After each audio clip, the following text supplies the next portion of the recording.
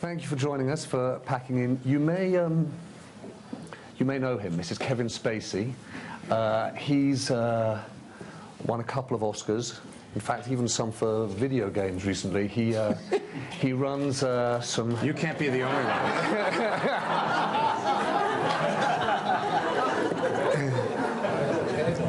Yeah. I'm going to post all of these later. Right. Sorry. And Kevin, I'm imagining you're going to want to stop now just to make sure that everybody else can take their picture of you. Is that we're going to do that? We'll do that in the half an hour. No, I think they should all just stand here like this the entire session, like they're at a rock concert. Now, I just want to be very clear, but you know all of Kevin's many great achievements. Today we learnt one more, which is that the New York Post, yes, no lesser authority than the New York Post, has designated Kevin the King of Davos. We are in the presence of royalty. Is there an investitude at some point? there is. Well, Your Majesty, let's start with... Can we start with politics? It's a big political year. You've had some experience recently in the world of political drama. What would Frank Underwood's advice be to the Republican and Democratic candidates for the presidency? Well, in the first place, I think that Donald Trump, that Frank Underwood. You see, he even stole my time just now without doing anything. I think that Frank Underwood would look at this particular year and find it as amusing as I do. The good thing is, look, I think at the end of the day, the United States has time and time again, despite sometimes where we think, wow, they're really crazy, like there's some crazy shit going down, we generally get it right eventually. And I think we'll probably get it right in the end. It's been interesting to also observe campaign tactics that are not new. You know, a lot of people are talking about, oh, this is all brand new. We've never seen this before. A candidate who attacks the media and says all these rather insulting things to lots and lots of groups of people and uses fear. But actually, you just have to go back to George Wallace in 1968. It's exactly the campaign he ran. I mean, exactly the campaign he ran. So we've been through this before. I think the discourse is not particularly enlightening and a bit depressing. If you care about politics and you care about the notion that people can come together and really accomplish amazing things. I think that's what we witness here at Davos. But did House of Cards change your view of politics and politicians? No. I've been interested because I've been sort of involved in politics my whole life. I started stuffing envelopes when I was in junior high and high school.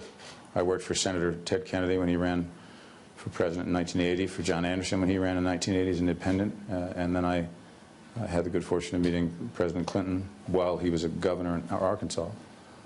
And I've been around a lot of politics. And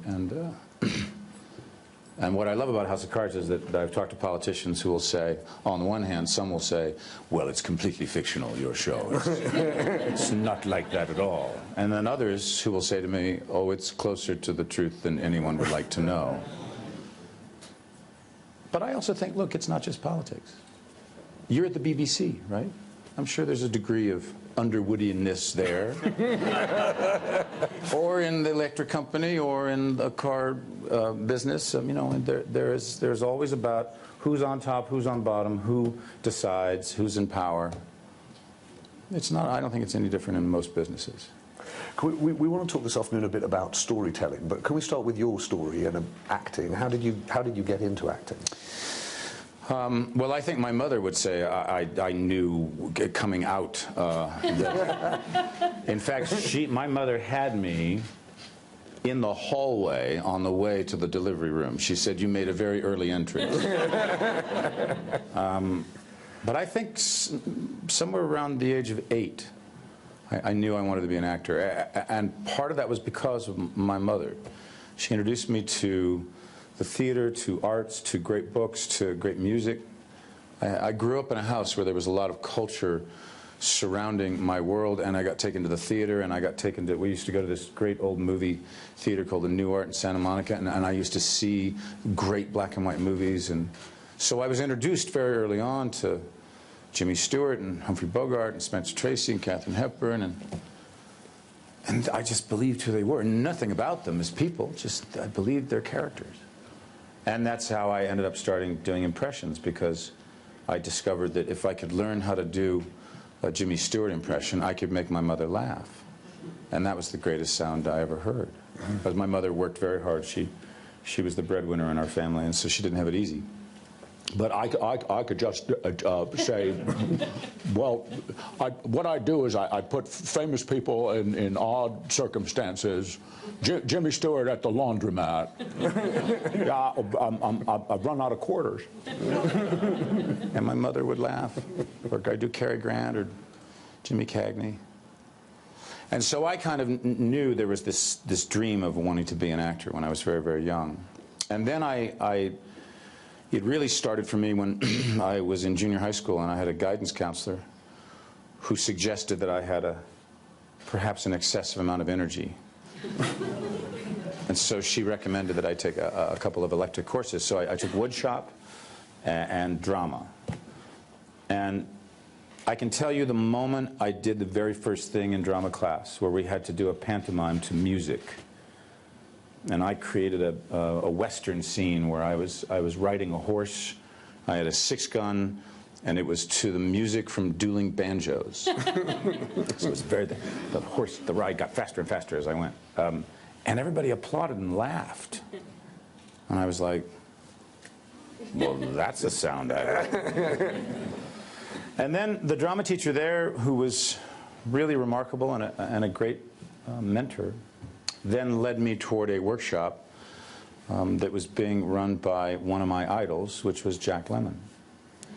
I mean, his work in Some Like It Hot or The Apartment or The Odd Couple is some of the finest work I'd ever seen. He just did comedy and drama brilliantly. He was a kind of everyman.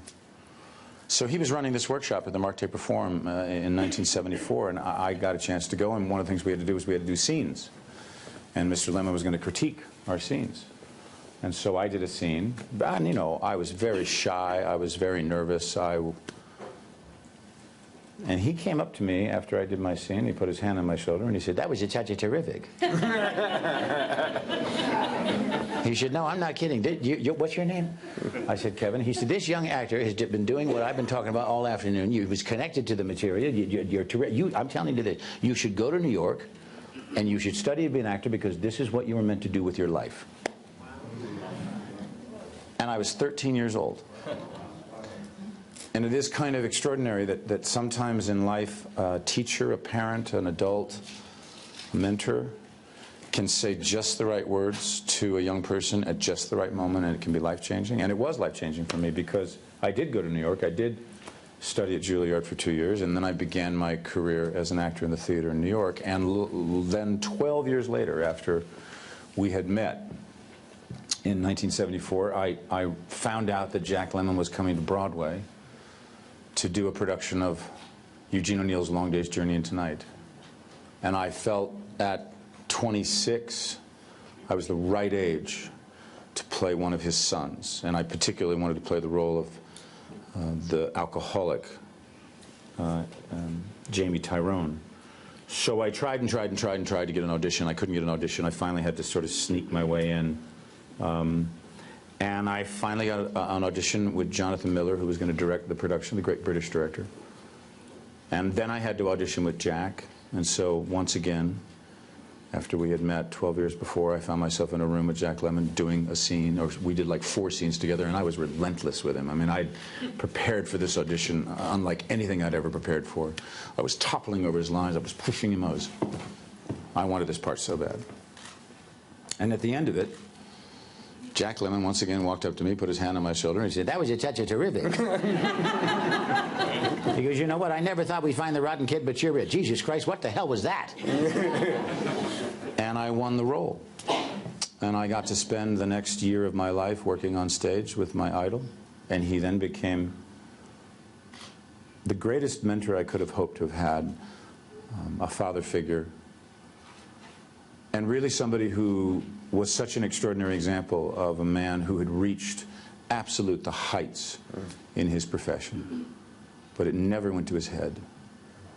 He was the sweetest man, and we then ended up doing 3 films together, ending with Glengarry Glen Ross, which he used to love to call Gene Barry Glenn Close. It's easier to say.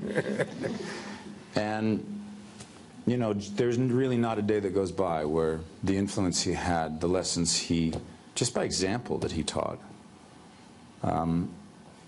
I've always sort of gone through my life feeling like if I just keep a little twist of lemon in my heart, then I'm going to be okay.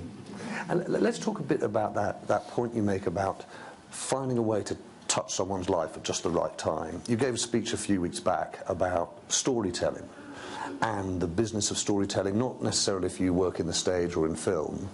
How do you think about storytelling and enabling any person, any organization to tell a story? Well, we all are in the business of storytelling.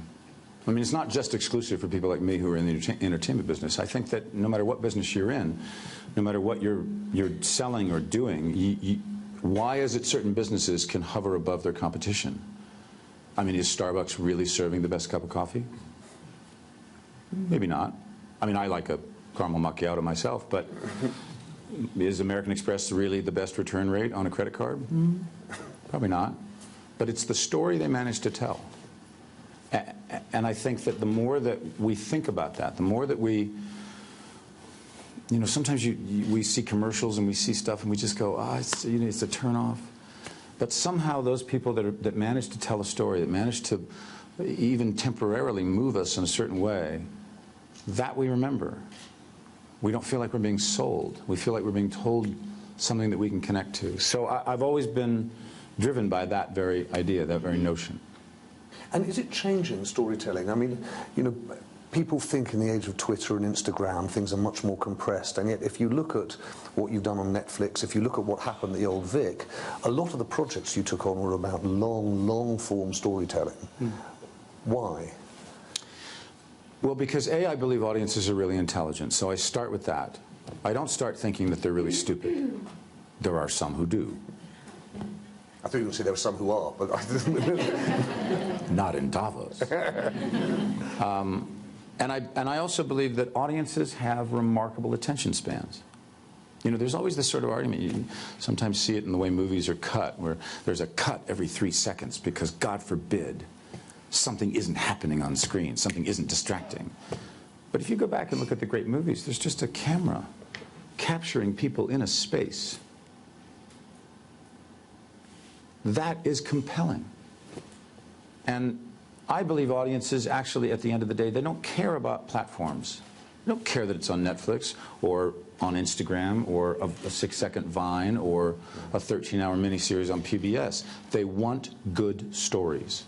If we give them great content, not just to fill the time, but great content that are great stories, they will watch it on whatever platform it's on. But there is something different in a story, a complexity that's possible, obviously, with time. And do you think that there is, if you like, a swing back against short, snappier, bite-sized pieces of content to something that is much more textured? No, I actually think there's room for all of it.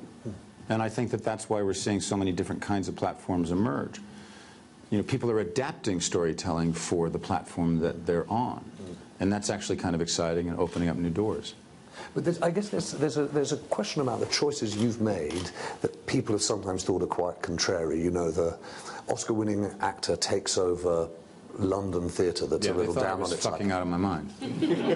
I went for contrary, but I think that's probably... No, fucking out of my mind, yeah. Now, some people, Kevin, would say, now you've done that, the world of technology is galloping ahead, and now you've just become chairman of a movie studio, Relativity. There are some people who've used, I think, the same words about that. Yeah. Why a movie studio? Because I'll get to make films. Because for the first time in my entire career, I'll be on the other side of the table. You know, I've spent my life making movies and producing films, but it's always been in that position where we're trying to convince a committee of executives at a studio that this is the writer you should hire. No, they don't want to hire that writer. They want to hire someone else. And then you go through 6 months of rewrites, and then the movie doesn't get made. And then finally, you know, a year later, they'll hire the writer you wanted to hire in the first place. And then finally you get back to that, and then maybe you'll get the movie made. But now we're in a position where my producing partner, Dana Bernetti, and I are going to be able to go hire that writer, hire that director. Let's put that actor in this. Let's make this movie. And we also believe that there is a kind of wheelhouse that we've had success in. Films that are produced for 20, 30, 40 million, under $50 million budgets. The studios have abandoned those films. But I think there's a big reason why most of the great filmmakers, directors, writers, actors have gone to television. Because the ground is very fertile for character-driven dramas that don't cost $180 million to do. So I believe there's a vacuum in the film industry of filmmakers who want to make movies that are character-driven drama, that are budgets under 50, and we want to say, come to Relativity. We're very interested in giving audiences those kind of stories. And the fact that we had such success in producing The Social Network, or Captain Phillips, or 21, in which the return on those films to Sony compared to the budget was higher than I think any film they did in those years. Our return was bigger. So that's a sort of niche that we think at this moment in time is a really great way to take on the responsibilities of running a studio. And out of interest, is that what you look for when you look at a project? Is it first and foremost character, not necessarily plot or hijinks or techno excitements? It's character that it's the thing that defines. By the way, techno excitement is, I think, a new category you've just invented. Maybe. Techno excitement sounds. What kind of a movie is it? It's techno excitement. It's a mix. Greenlight that film. Yeah. They'll have a totally different studio. There's a different part of the world for that. But it's character, is it? Look, I've always been somebody who I read a story.